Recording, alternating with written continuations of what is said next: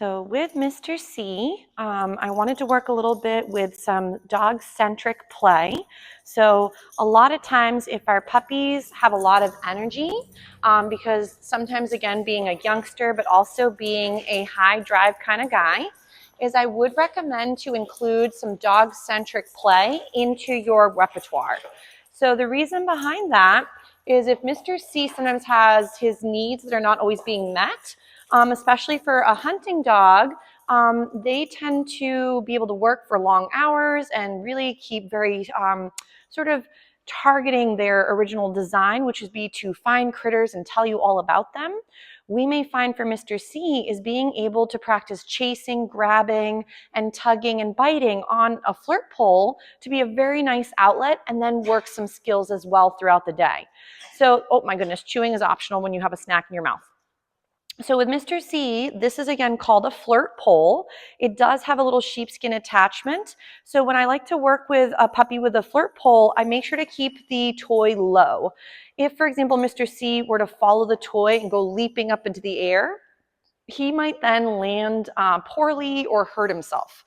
So he's also a youngster, which means that we don't want to harm his joints or ligaments while he's developing, while he's enjoying some play. So I'm going to go ahead and go get his attention, do a little find it, get him to disengage, and then make the toy come alive again. So I do like to create an on-off switch for your puppies. Charlie just spit up his other snack. He probably was stuck in his jowls. So, but the benefit of doing some dog-centric play prior to doing some other skills is you can make sure that a lot of his needs have been met prior to then trying to work the physical part of him. So for example, if let's say he has a lot of energy, trying to make him work on settles or stays, or even focusing on you for some loose leash walking might be a bit hard.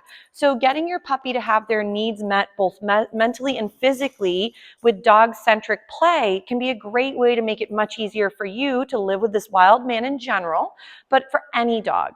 So remember, dogs a lot of times have certain behaviors that are very natural to dogs, but we tend to not always love them. So for example, barking, digging, obviously chasing and catching critters is always a high one. So I would go right into getting Mr. C's attention, do a nice big find it, get him to think letting go has value, but the toy doesn't even go anywhere, it just kind of hangs out. And then I go, Charlie, you ready? And I'd say, go get it. So now the toy can have an on-off switch to go get it, or again, whatever you'd like it to be.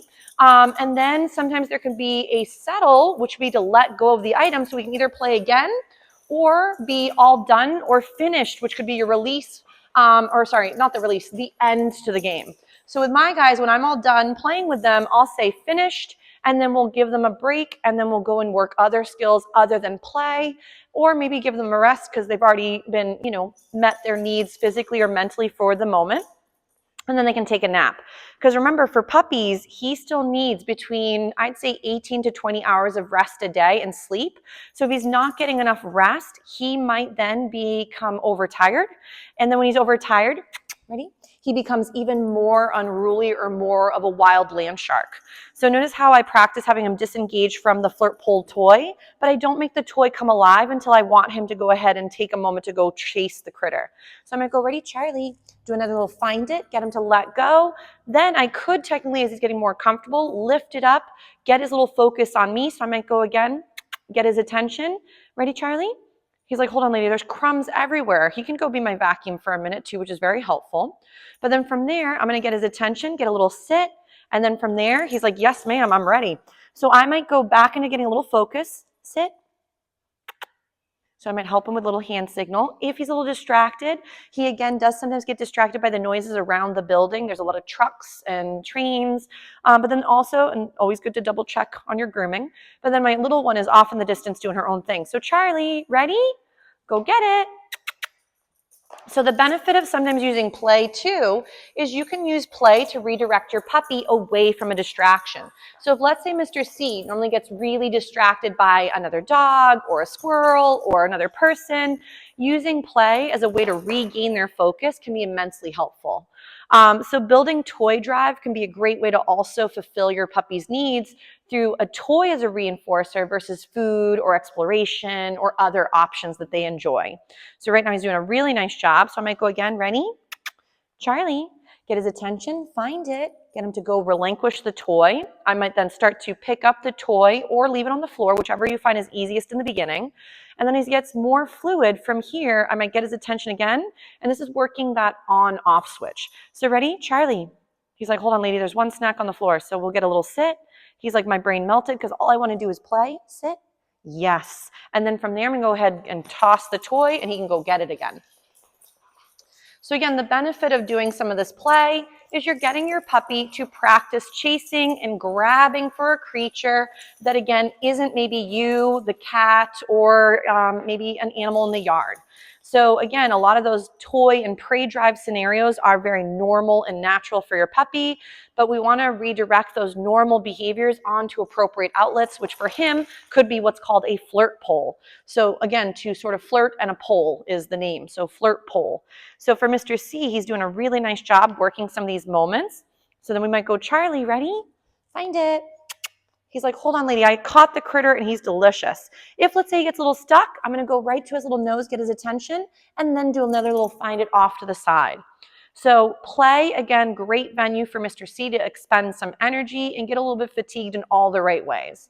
Though, remember, since he is a baby, you don't want to do this for too long and for too much of an exuberant scenario, because then we could cause some joint issues if we're going too hard and for too long.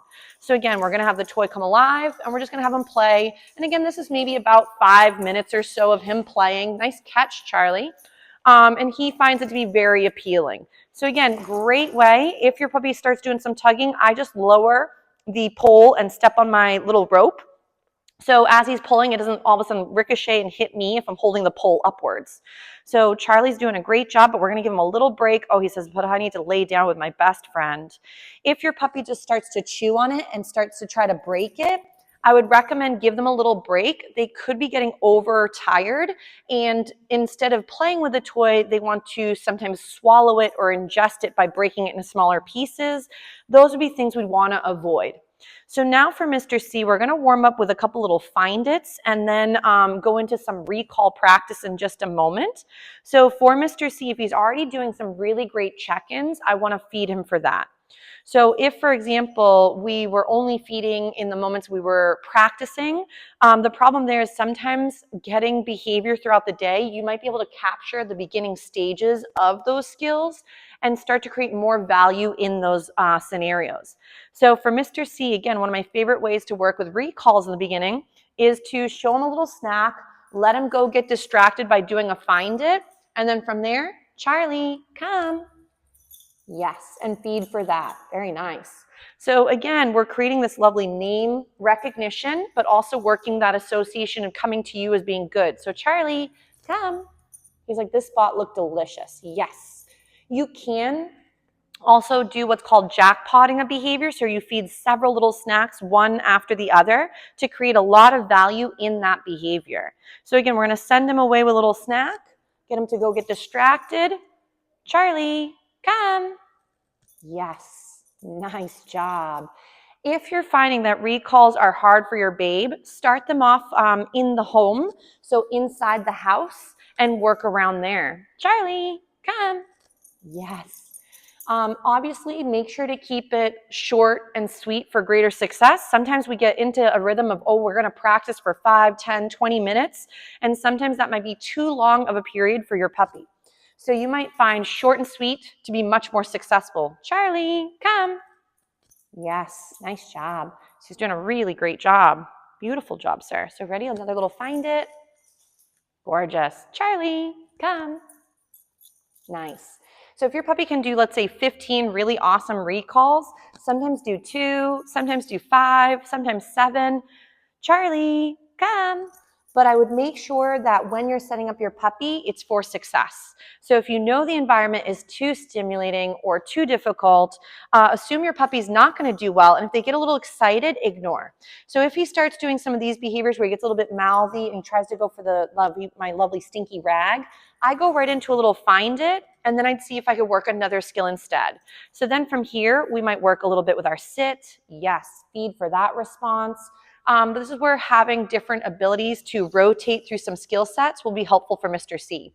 So we'll work a couple little find its, and then we'll give him a little break from this exercise, and we'll try another one with Mr. C in just a second. He's doing a real nice job.